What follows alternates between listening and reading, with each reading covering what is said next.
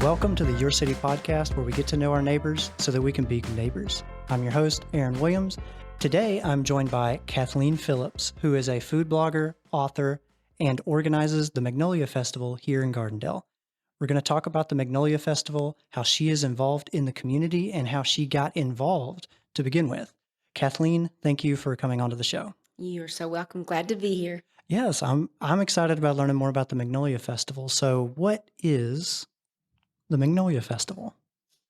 The Magnolia Festival is a large event, Mm-hmm. and there's events within the event. So it's every third weekend in April, and this coming April 22nd and 23rd will be our 21st anniversary. We're excited. This year was the 20th, the big 20. So the festival, it happens here at the Civic Center, but also goes across the street to the Gardendale First Baptist Church parking lot, goes across the street to the high school, and we have 2 to 3 stages of live entertainment outside. We have over 150 vendors. We've had up to 170 vendors. Wow. Plus 25 food vendors. We've had a fishing tournament in the past. We've had 5 years of a 5K. We have a pooch parade every year. We have a car show every year. Free art classes inside for the kids. We have a huge free kid zone put on by the Gardendale First Baptist Church. They do amazing things over there. What's all in the kid zone? Oh my goodness. They have, pre-COVID, they had bouncy houses. They have things like remote control car, tracks, and not art, but dart guns, I think, over there. Just every year they change it up. Oh, I think they had golf, putt-putt golf this year. They do amazing over there. So all free. But then we also have the Midway Carnival.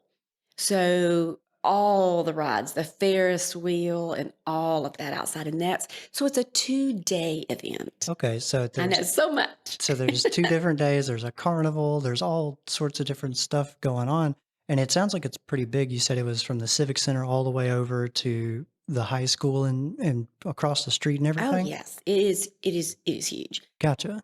You know, preacher count, we'll say 30,000 people, but definitely over the 2-day period, 25,000.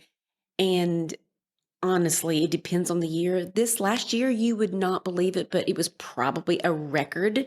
Right after COVID, we didn't know what to expect. Yeah. But it was probably a record attendance. I would say at least 30,000. Mm. So on Friday, it's just 5 p.m.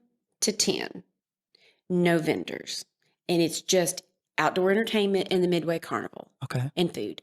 Then Saturday's the big day when all of those other things I mentioned also happen. And it's from 10 in the morning till 5.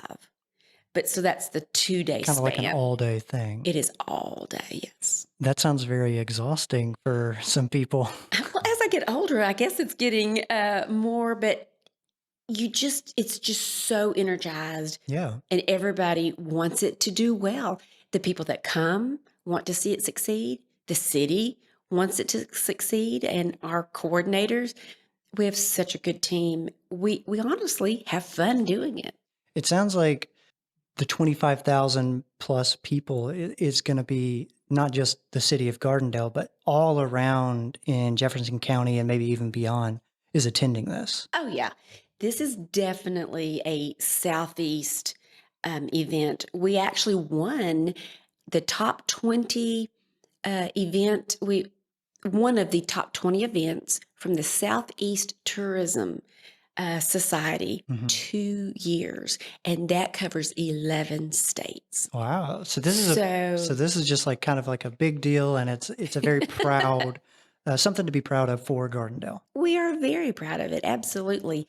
You ask, what is the festival? Yeah. I have to tell you a tiny bit of history in order to know how it got here. Yeah. So, I think it was 2002. So I have to do the math real quick, but I think it started in 2002, and the Rotary Club of Gardendale started it. They wanted to have an event that gathered people together in the community. What is the Rotary Club? Oh, well, that's a whole nother podcast, but it is a fantastic charity. Hmm. It's an organization. And I was think the main thing off the top of my head that they do is they raise money to drill wells in another country. I mean, Oh, they support the community wherever they go. gotcha. So it is really an awesome organization. They started it. Hmm. And then the next year they said, "Hey, Chamber of Commerce, would you like to help us?" And they said, "Okay." So they helped. So for 4 years, it went back and forth as far as who was in charge and who was the helper. Well, on the 5th year, the way I understand it, there was no one person to come up and say, "We will lead it." So neither one of those organizations really had the manpower, I guess. And so now it just was a coincidence that that year was an Olympic year. And I went to the mayor at the time, Kenny Clemens, and I said, "I would like to do a student Olympics at this little festival that I come to." I was already volunteering through the chamber. And he goes, "Well, it's actually not going to happen this year." Hmm. What? And I said, "My family loves that little event. It's just so fun." So we talked, and he goes, "Would you like to organize it?" And I said, "No." I was already PTA president, and I can't remember what all, but I think I was raising money for a handicap accessible playground. I was like, "No." But I Just loved too that. much. Yes. I was trying to learn to say no at the time, but Yeah. I'm still learning. But I told him I would go home and I would talk to my husband and we would pray about it. We talked about it and we're like, this little event cannot not happen. Hmm. So, At the time, how big was the Magnolia Festival? I feel like, it's only been existing for a couple years. What was the early years like? well, according to this fabulous notebook that Leanne Carter, she was the chamber director at that time. She gave me this fabulous notebook with all, it really, we had 7 weeks to put it on. So we're talking 7 weeks when I went to him with this idea. And I would say estimated, they think at the 4th year was about 5,000 people. Yeah, That'd be, still really large. yes. They had grown it. I mean, this community loves to be together. And so Yeah. that little idea that they had, it was obvious it was doing well. Hmm. So I'd say that 4th year probably would say up to 5,000 people. It was still over here, one day event. It was just on Saturday over here on the Civic Center side. Hmm. So we took off running. And of course, the city, I mean, don't think it was me and Scott put this event on. The city of Gardendale is amazing. They basically said, "Tell us what you need us to do. We're there for you. How else can we help?" And this was the mayor at the time. Yes. Now that was the mayor at the time, but we've had a couple of mayors since then, Othel and Stan, and Stan is phenomenal. I mean, he still has that philosophy. How else can we help? What else can we do to make this event fabulous? So they just do so much. So how it happens now is I have coordinators, but we have the city department heads. We meet 2 or 3 times before the event happens. So the city department heads have great ideas. I have a vendor coordinator, a volunteer coordinator. We had a 5K coordinator. Everybody comes together. Stan attends the meetings, and we brainstorm and we have ideas. It's kind of a well-oiled machine, maybe, hopefully now, but in the early years, it was a lot of work, but a lot of good ideas, a lot of people coming together. I assume now you put more than 7 weeks of work into it, right? Yeah. Like the week after it ends, we're already planning. We have an entertainment company, TMI Productions, that they bring in all the entertainment. Hmm. And so they have to start way in advance, booking people. So there's so much involved. So yeah, immediately we're already planning, changing out the logo on our website. magnoliafestival.org, just a little plug right there. Okay, sure. But that's where everybody can go to and find out To keep up with information. it. Yes. Okay. How has it changed over the years? You said that, when it started, it was small, it got up to about 5,000 people. What are some of the signs of growth that you've witnessed along the way? Huge signs. Let's say, so I mentioned we had a fishing tournament. We did that a couple of years. Let me back up and say, I said there were events within the event. Yeah. Part of the growth has been so many other organizations being involved, but also benefiting from it. Mhm. What I mean by that is in the early years, the Pooch Parade was coordinated by at the time, the Gardendale Arts Council. They got all of that money. And that was their big fundraiser. Mhm. Now it is a homeschool group called Legacy Sports, and we give them a stipend, and they get all that money. So the Magnolia Festival is not just hey, we're putting on this event, not just for ourselves, but also to allow other people to grow with it. Absolutely, we're a 501(c)(3). We don't do this. We don't do this to. The main. I'm getting off track a little bit here, but the main beneficiary are scholarships. And Mm. it's not just Gardendale High School, it's a metro area. And at least 10 $1,000 scholarships. Mhm. Some years have been less, some years have been 15,000. Every year for the last 8 years. Wow. Oh yeah, if I did the math and I have it somewhere, this is we did it for 20 years. Even in the early years, they gave a lot of money.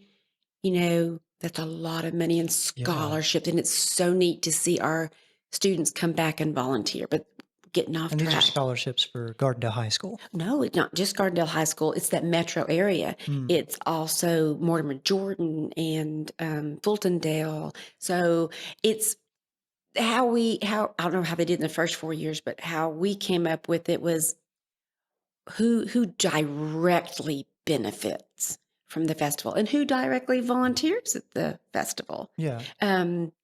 Again, there's just so much to say, but on the scholarships, we require at least 3 hours of volunteer service before you can even apply. Mhm. We want to teach these young folk to give back to their community, Yeah. and then go off to college, but we want you to come back and then serve in some capacity. But I want to say one more thing about the charities. We also, in the last 8 years, every year we pick two, either a charity or an organization like the Rotary Club. Yeah. And we give $1,000 to both of them, but we also set them up for success. We give them a free high profile booth space to do Ooh. whatever they want to Yeah. and promote themselves. And how do you select this organization? Well, it's not really scientific. We definitely take suggestions. Mm. It has to be at least regional, but more focused on local. But we as regional as the Teen Challenge, Okay. Cornerstone Ranch, the Boy Scouts. In the last 8 years, we've had, I think we started rotating back again. Jimmy Hill Mission, that was regional. But so that's $16,000 in the last 8 years, just that. Yeah. So if we can help other organizations like the Boy Scouts, absolutely let them set up a booth and recruit Boy Scouts. So that's what this festival is about, bringing people together like a family reunion Yeah. every one weekend of the year, but also setting businesses up for success. A lot of Mhm. festivals is strictly arts and crafts and fine arts. And we've had many opportunities to change that, but we don't want to. We want to support our local businesses, give them a 10 by 10 space and say, hey, this is what we have to offer. You maybe have never been in my brick and mortar, but here I am showing you what I've got. Next week, stop by, that kind of thing. It sounds like there's a tremendous amount of discovery that is allowed here. It's such a concentrated event that it allows you to discover not just, the local vendors that are around that you may have driven by and never popped in, but also the organizations like the Boy Scouts and things like that are right there to sort of make contact with. I like that term, discovery. I may have to use that. Oh, well, have that. That's great. So, Yeah. along this way, I'm sure you have grown in how you approach this, but you say that it takes almost the whole year now to kind of organize and start going together. What is your approach to managing that? Systems. You definitely have to have some organizational and logistical systems.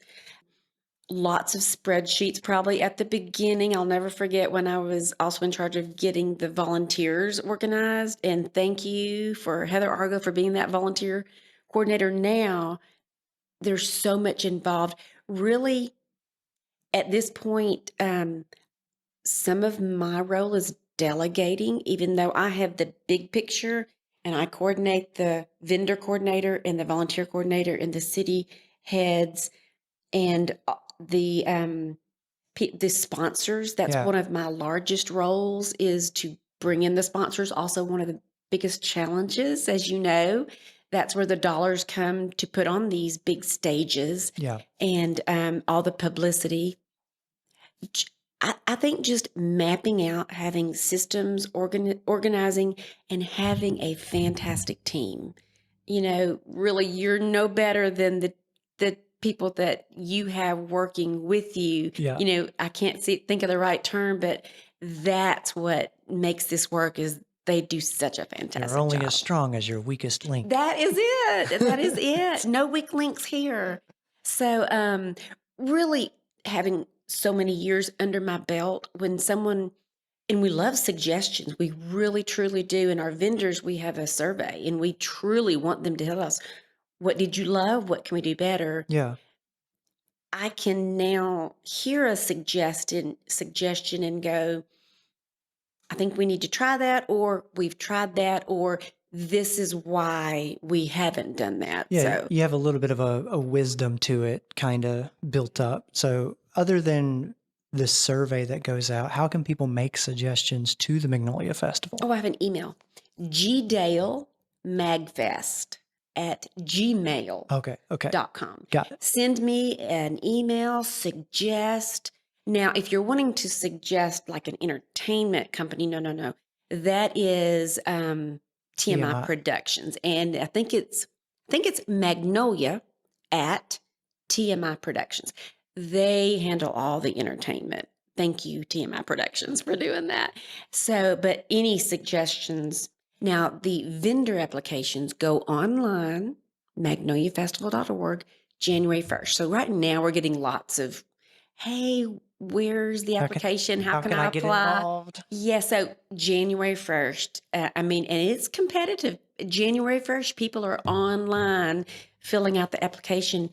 Speaking of growth, one way that we are trying to keep up with the 21st century is this is the first year, and this is going to be some growing pains for some of our vendors. We're going digital.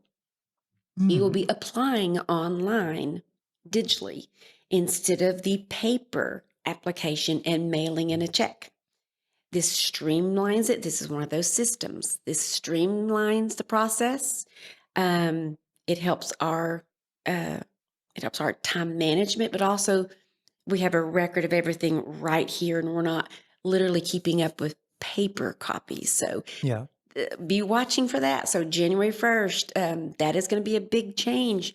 We'll go through some growth pains there, Yeah. but it's going to be a good thing. I know all about that. Pretty much the last 3 jobs that I've worked at, the primary goal of each of them has been to migrate legacy systems into newer digital systems where it's like, hey, we have customers that do everything with paper and we want to reduce the amount of overhead, right? Because when you got to keep track of it, you got to file, you got to organize it, and it's so much more just burden to do all of that physically versus being able to sort records and things like that digitally. That's a very good way to put it, legacy. I like that.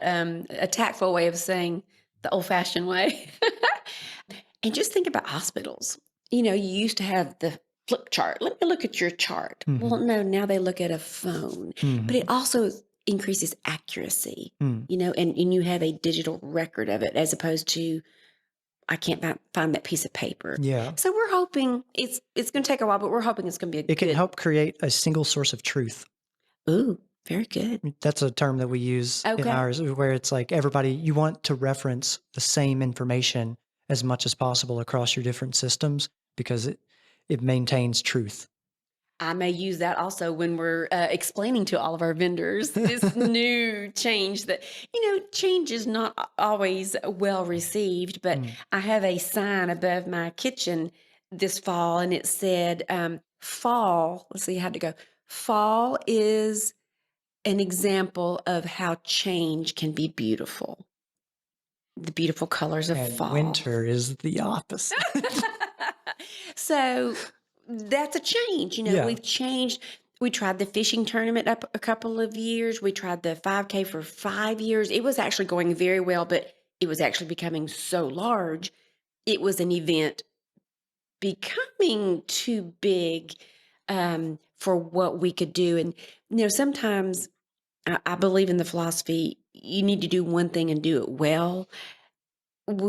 I didn't want to be coming to do too many things and not do any of them as well as I wanted You didn't to. want to spread yourself too thin, kind of. Exactly, Okay. exactly. So even though it was a fabulous event and very well coordinated, my main passion is the Magnolia Festival. I wanted to kind of like come on back and concentrate right there. Awesome. Well, you mentioned sponsors are a big challenge.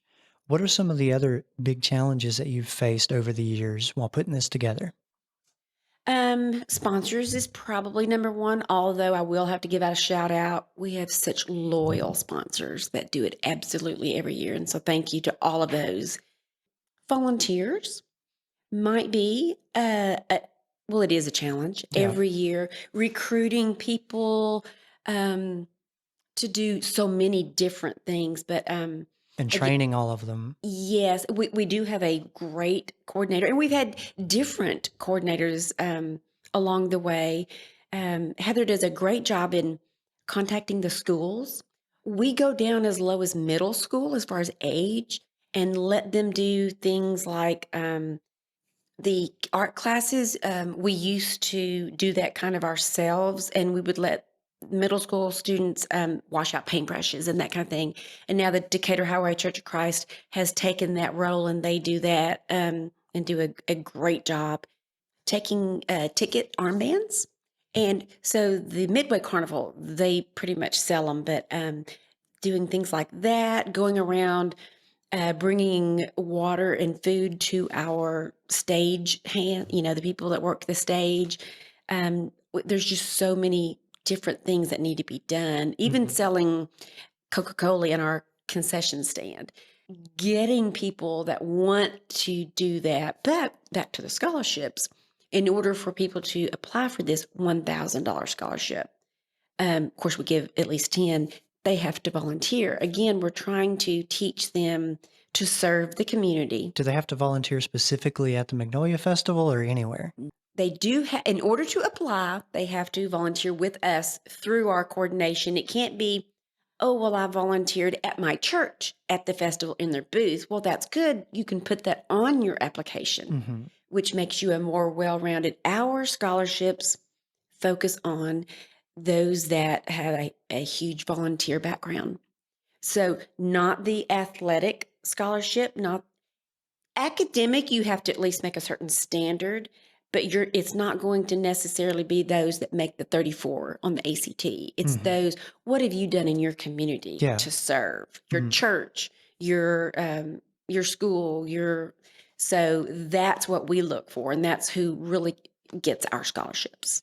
Volunteering also can do a lot for you in terms of, like meeting new people, building up your network and things like that. I volunteered a little bit in my mid-20s, and I still have friends from that, and I still have connections from that. And it can do a lot just to sort of broaden your horizons in terms of who you know and how involved you can be in different things. Where did you volunteer? I volunteered at the Birmingham Zoo and the Wildlife Center in Oak Mountain. That's awesome. Yeah. Two great places. I didn't know a lot about the Wildlife Center before I volunteered, but I know, you remember when you get to hold a red-tailed hawk and stuff like that. So, Oh, like, you get wow. to remember those types of things. And That's great. when a red-tailed hawk grabs you, you belong to him now. He is not going to let go. That's They're so great. strong. They're crazy how strong. It's like, oh man, that's his hand now. He just has it. Wow. So I wanted to ask you, what do you think the future of the Magnolia Festival is going to be? What is some of your vision at the moment? So my vision is definitely going digital. Hmm. That's huge. Another vision is really at this point in our 21st year, we're not necessarily looking to grow in numbers. I think 25 to 30,000 people coming to this area in a 24-hour period is great. We just want to keep it quality. Hmm. So not quantity, but quality for the Magnolia Festival. So for instance, the entertainment in the Christian music realm, we're very proud to say that a couple of groups, we like to say we helped get them start. Jason Gray Hmm. uh, sang on the Civic Center stage, and For King and Country. You might not know that name, but you've heard their songs. One of their latest songs is with Dolly Parton. Oh wow. They're huge. They're just absolutely huge. And they played, and this was when they basically played on a flatbed of a truck on the Gardendale first, as before we got the UAB stage Yeah. out there. So that's two huge. And then Tierra Leftwich is So a you local one. so you're kind of focusing right now on increasing the prestige of it and kind of trying to make sure that you're getting a higher quality entertainment and higher quality I don't know what the word would be, but you're trying to make sure that you're increasing the quality of the Magnolia Festival as opposed to trying to focus on getting more people to We're come. not looking at numbers. I'm not competing with anyone. If any, and they do, lots of festivals will call and brainstorm, ask me questions. I'm all about helping other people. I'm not competing, and I'm not looking to grow so I can say we have the largest attendance at all, because you can have a festival if you have a concert and have the biggest attendance, and it's not the same as what we have. We don't charge admission fee, so most of what you see, except for the Midway Carnival, is free. It's an economical benefit to the community, and it's an inexpensive way. So, not looking to grow the numbers on the entertainment, we can't really afford, since no admission, to get someone like well, go back to Dolly Parton, Hmm. to be extreme. Yeah. We can't really afford like a concert kind of thing because we don't charge admission, but we love finding people from the ground level and then say they started here. Like Tierra Leftwich, she's a local one. She was featured on People magazine recently. She's phenomenal. And so that's fun, is So discovering those hidden back to talents. that word discovery. Yeah. Yes. Very cool. Local and promoting local. I think that's great. That's a big reason why I am doing this right now is trying to help promote local communities and hopefully build stronger communities. And I think the Magnolia Festival sounds like an incredible tool for Gardendale. Now, stepping out of the Magnolia Festival into Kathleen's world, New hats. yeah, you have a food blog called Grits and Gouda. Is that it? Yes. Okay. So, what inspired you to start blogging? Well, I really didn't know much about it at all, and it was by default. So Running Press called me one day because my background is I was a test kitchen director, so recipe development, food styling, that was my background. And they called and said I was recommended for someone to develop these recipes for this cookbook idea. Would I do it? Hmm. And I'm like, yeah, I would love to do that. So once we got into that, they said, now we would like for you to help promote this. And they said, well, do you have a call to action? And I said, what's a call to action? A CTA. Yeah. And I didn't know what that was. So I didn't have a blog. I didn't have a designated Facebook, no social media presence other than Kathleen. So I thought, well, I'll start this blog thing I've heard about, and I'll tell people that's where they can go and order it. So that's how it got started initially. And what kind of like motivated you to keep going with it after you had kind of got this role? I loved it. Yeah. That it is my thing. I love it. I have this teaching, I have a teaching degree, but I never taught. Yeah. But I love to teach people. I love to teach people to cook that want to learn. You know the difference? You can stand up in front of people and teach them something, but if they don't want to learn, it's no fun for the teacher. Mm. So I like to teach people to cook that want to learn how to cook. So when I started this blog and I was putting my recipes out, and people really was excited that I was making their life more simple because my recipes are Southern shortcut recipes. I can make puff pastry with the best of them, but I don't want to. That's not how I cook at home. How I cook at home is traditional Southern recipes that I grew up with, but I want to get it done quicker. Gotcha. So it's not necessarily convenience products. Don't think, oh, she just uses one of those wampum cans of biscuits. No, it might be that you do it all in one bowl, so you're not washing dishes for 20 minutes afterwards. That kind of. So you just look for those little methods of efficiency. Yes. Okay. Very absolutely. Cool. So I love it. Love that. When did you discover that you had this passion for cooking and I guess also teaching? I don't know about the teaching, but the cooking. So I grew up in Arkansas, Evening Shade, Arkansas. Yeah. And my first memory of cooking was sitting on the counter next to the stove, stirring my mom's chocolate pudding. That was my job. Just sit there because, when you make homemade chocolate pudding, it takes a while to thicken. That is my earliest memory of cooking. And I was just mesmerized at this liquidy mixture turns into this chocolatey, buttery, smooth goodness. And I just remember, I love food science. And so I just remember thinking, that is so cool and yummy. Mm-hmm. And so that just sort of. Oh, yeah. And it sounds like you've kind of like based your whole career on food a little bit. Yes, my degree is consumer science, consumer science. It used to be called home economics. I'm missing a family in consumer science. I guess it's been a while since I graduated. And so I worked in Arkansas food service. And how I got to Alabama was I helped backstage with the Southern Living cooking show that would travel. And I grew up in 4-H, giving 4-H demonstrations of food, showed people how to prepare food. And that's what I wanted to do. I thought, this is what I am going to travel the Southeast. But I interviewed and didn't get the job. Aww. But they passed my resume around.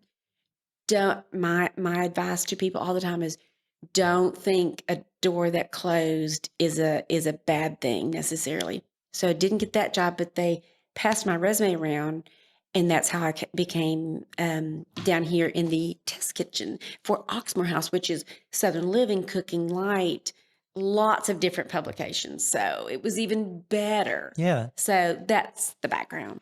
Awesome. That's really cool. What are some steps that you have kind of like learned over the years from blogging? Some advice that you would give to yourself maybe 5 years ago? Advice on how to blog and how to grow the blog. Oh, how to grow the blog. Hire help. Yes, absolutely. At the beginning, I had no idea what I was doing. And the back end of a blog, the WordPress, the SEO, all these things that is not my wheelhouse. Yeah. I just wanted to cook and show other people how to cook. You have a talent that lies outside of computers and technology and stuff like that. So I almost quit because it was overwhelming. Yeah. And There's a then I lot to just, learn. yes, I'm sure you know a lot more about that end. We all have our talents. And so hiring help, sometimes you have to spend a little money to make money. And I just took the leap of faith and I hired this company called iMark Interactive. And I literally I don't understand why this Gutenberg block is not transferring over from the classic, all these words making your head spin.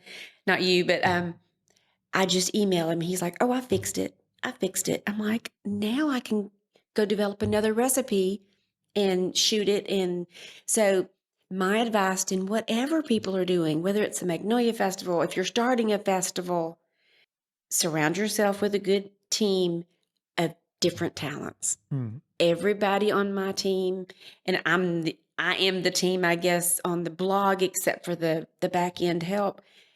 Pick people that have different talents than you, and then let them concentrate on that. Now, I will say I probably will be hiring a little help on social media management. There are virtual assistants that help food bloggers. Mm-hmm.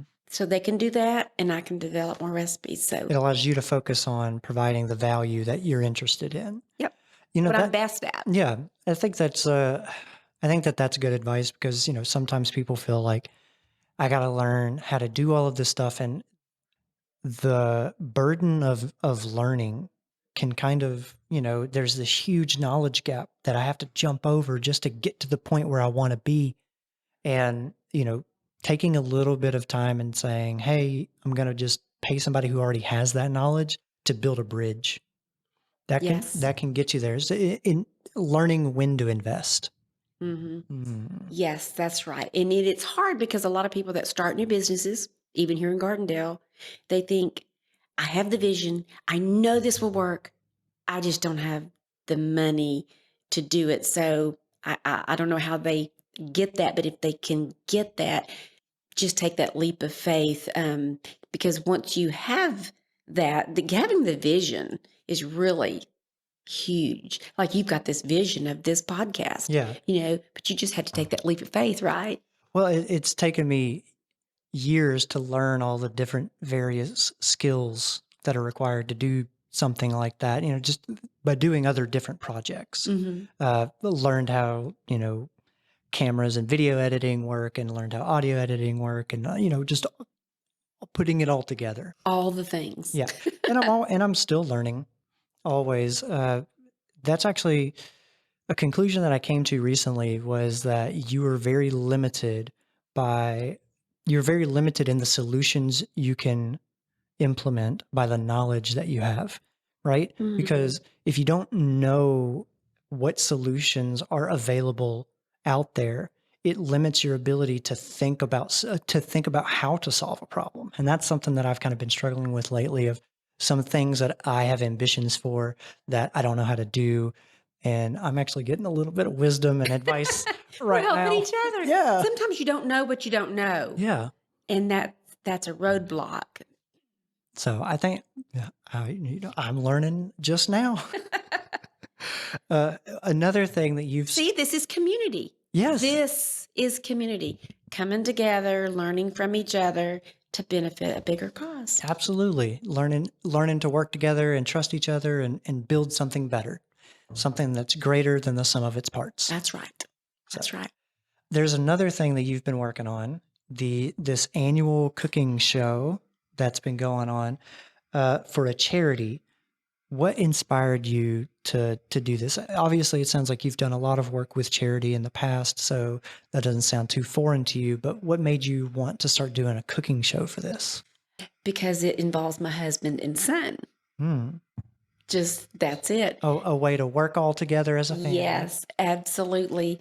So my son, he is 22 now, but he was born with spina bifida, and that has not slowed him down in the least. He's an Eagle Scout. He played wheelchair basketball for Lakeshore Foundation. Hasn't let him slow him down. Loves to hunt and be outside. Yeah. So Scott and Grayson started hunting, and Grayson was in Boy Scouts, but he couldn't navigate the terrain very well when they would go hunting. Scott would, when Grayson was younger, Scott would literally carry him on his back through the woods to the hunting uh, stand or the blind. Yeah. And Scott was like, this cannot be sustained. Mm. We have to do something. So Scott saw these track chairs. They're called action track chairs, and they look like a tank. And Grayson calls them the tank. Like treads or something? Oh, they are treads. Yes. Oh, okay. They are treads, like triangle treads. And so we tried one out and we're like, oh my goodness, these are $12,000. We can't afford that. But Grayson really wanted it. So we said, well, you're going to have to help get the money. So we sold brownies, coming back to the food. Grayson, we have a great neighborhood, and Grayson literally went house to house selling brownies, a dozen brownies for $15. He raised over $700 in brownies. Now, yes, I made them, but Grayson put the boxes together. And Yeah. he definitely helped. And then we opened it up to the community. And again, Gardendale is amazing, so supportive of things like this. The community donated money. And then he had a mentor that kind of sealed it there at the end. Yeah. And so he got his own track chair. Fast forward when Grayson and Scott saw the transformation in the independence it gave Grayson. Mm-hmm. Grayson's like, I've got basketball teammates that like to hunt that would like this. Mm-hmm. So Outdoor Ability Foundation was born, and they started raising money. Fishing tournament. You see that connection there? Okay. Fishing tournament, lots of auctions, that kind of thing.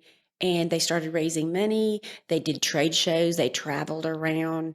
And Rick and Bubba, they gave one of their first chairs. Rick and Bubba was right there to help do that. But we were looking for other ways to raise money. And I'm like, well, I've always wanted to do a cooking show, and my girlfriends over here are saying they think I can, and they're willing to help. Yeah. So voila.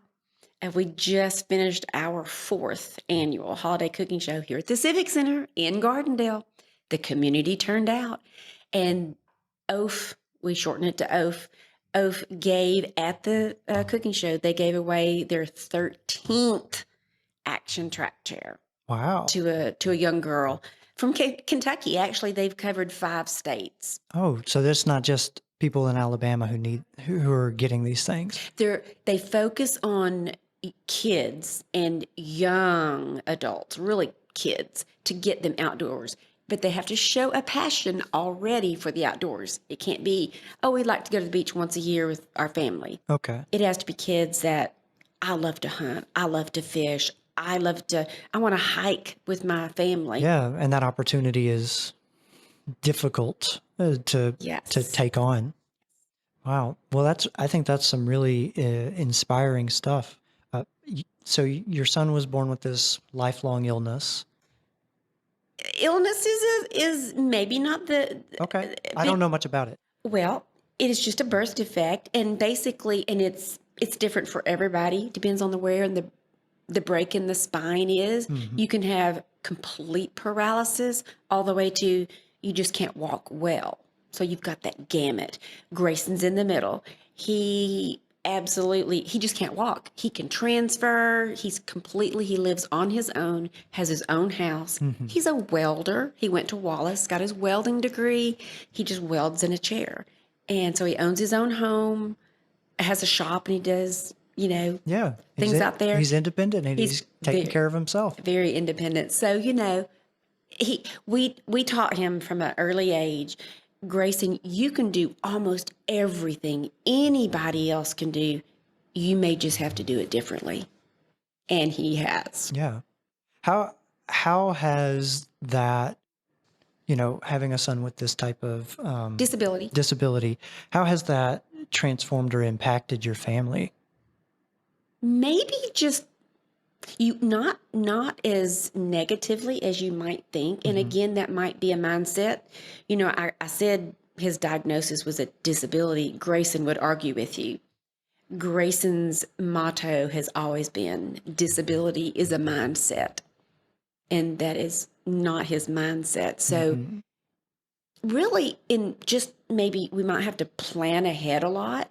When he was younger, might have to go to the doctor more, not necessarily hospital, but just your annual checkup. Just make sure everything is on track. It's a Yeah. syndrome. There's Okay. lots of things wrong, but really plan ahead as far as will something be accessible? The playground at the elementary school when my daughter was in kindergarten, at the time you could go visit your kids at the playground. Grayson couldn't get through the pea gravel in his little wheelchair, and he was 3 or 4. And I was like, Grayson's going to be in kindergarten in 2 years. This is going to be a problem. So I started raising money. That was my first experience in sponsorships and raising money. And we raised over $130,000, and we got a handicap accessible rubberized surface through the PTA. Again, that team, that team of ladies helped implement that. So you see a problem, and then you have to find a solution. Yeah. But again, if you find a team that will work with you, it makes it so much easier. And so that's just how we've done things. Nice. Well, I think, that's a really inspiring story of don't let obstacles control you. So you said that you wanted to start a cooking show. How did you get the courage? Oh, Because it took a lot for me, aw. to do something like to be the face of something. So how did you get the courage to do that? Well, everybody's different. Yeah. Speaking in front of people is not something that bothers me. Okay. I know public speaking is one of the number one fears, so that doesn't bother me. I think going back, I grew up in 4-H. I grew up and I was 8 years old showing someone how to do a craft. So that's part of me, that teaching too. So the courage to do the show, being in front of people wasn't a problem. Maybe the courage to think that event can happen. It goes back to that team. Again, I knew I had my girlfriends. We call up the squad. There's 8 of us, including me. They said we went to a cooking show. I grabbed 3 of my girlfriends. They did not know each other at all, but I'm like, I want to go to this cooking show in Birmingham because that's just what I like to do. Yeah. Would y'all like to come with me? You'll meet some friends. They bonded. They all loved each other. And then now and they're like, while we're watching the cooking show, they're like, Kathleen, you can do this. And I said, well, secretly, I've always wanted to do my own cooking show. And it's that team. We Yeah. all the way home. We just talked about it all the way home. And then we're like, well, that show benefited a food bank. And I'm like, well, if we did a cooking show, we would need it to benefit something. I'm like, Outdoor Ability Foundation. We were looking for another fundraiser for that. Yeah. See how my friend Kathy calls me the Lego for the squad. Oh. They didn't know each other, but all you have to do is reach out to people bring them together like the community Gardendale and be the Lego. And then you know what Legos can do. Yeah. Build beautiful things. That's really cool. Let's bring it back now to the Gardendale. What is something that I feel like you've kind of touched on it, but what is something that you love about Gardendale that you feel like nowhere else has? I don't know that no one else has. Okay. But the things I like about Gardendale is community involvement. Yeah. I mentioned several things. Mm-hmm. A problem arose or an idea arose and the community embraced it. So I love community involvement. I love that Gardendale has so many fun things to do. An active chamber that seeks out, they're all the city, the park and rec. Oh my goodness, they've got so many parks here and things to do. The dog park and the Easter egg hunt and Easter. And if there's a holiday, there's something going on. The thing I'm about to possibly embark on, if I could just possibly add one more thing, I'm passionate about the history of Gardendale. Okay. The thing I would love to see done, and if you got an idea, they're going to say, sure, why don't you do that? Is historical sites. I'd love to see them refurbished and then not necessarily promoted, but highlighted. When we had the 15th annual Magnolia Festival, it was a big history. So we featured Jugtown. This is a whole nother podcast, but Gardendale used to be called Jugtown. I did an episode with Kermit. Oh, good. That's right. So you know all about it. He told me all about it. And more. So during that year, we had a driving tour. You could go to the Magnolia Festival website and you pull up the map and it would site 1, site 2, site 3, and you would literally drive. And when you got there at the time, we had a sign in front of all the buildings so we didn't interrupt. Some people actually still lived there. Mm-hmm. And you could read the history behind that. And I had to talk to so many people, and Norma Young was very instrumental in giving me lots of historical information. I found that I loved learning all about these places I've driven by since I've lived here, 26 years. I've driven by, didn't know the amazing history behind it. Would love to see some of those, and some are in disrepair. Mm-hmm. But I know there's some grant money from the state level. I just got to find the time and maybe the team to help. And I know the city would be behind it. Yeah. Because they have a passion, I think, also for the history of Gardendale. So that is maybe my next project. Okay. Well, I think you also answered my next question. Oh, what's that? My next question was going to be, what do you think is something Gardendale can improve on? There you go. So you already got that one? Highlighting their history. Highlighting their history. Well, thank you very much for joining me today, Kathleen. I really appreciate you. Is there anything else that you wanted to say before we close out? No, I think I probably said more than I meant to. No. I think everything was great today. Thank you for listening to the Your City podcast, and I hope you enjoyed today's conversation with Kathleen. If you enjoyed the show, you can help us out and support the show by donating on PayPal, by using the link in the description to help us keep making the show and improving it. There's more that we would like to do with this idea, and we would appreciate any support in helping us achieve our goal of creating better communities, not just for Gardendale, but for other cities as well. Thank you again for listening, and we will catch you on the next one.